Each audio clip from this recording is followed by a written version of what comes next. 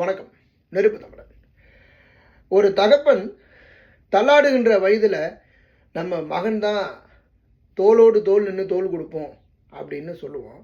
ஆனால் இங்கே தகப்பன் தன்னுடைய வயதில் பாருங்க, நான் நீச்சல் அடிக்கிறேன், என்னால் இன்னும் இருக்குது, என் கையை பாரு, இன்னும் என்கிட்ட பலம் இருக்குது அப்படின்னு, என்னால் களத்தில் இறங்கி அரசியலில் செயல்பட முடியும் அப்படின்னு கம்பீரமாக என்னால் முடியும் அப்படிங்கிறத நிரூபித்து காட்டுறாரு ராமதாஸ்.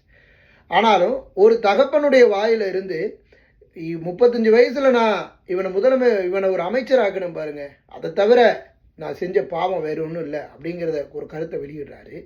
தன்னுடைய தாயின் மீது கூட இன்றைக்கு அவர் தன்னுடைய தாயை கூட ஏதோ இப்படி வாட்டர் பாட்டில் எடுத்து தூக்கி வீசுறான் அப்படிங்கிற அளவுக்கு வந்துட்டான் அப்படின்னு தன்னுடைய தகப்பன் ஒரு மகன் மீது ஒரு குற்றத்தை சுமத்துறாரு.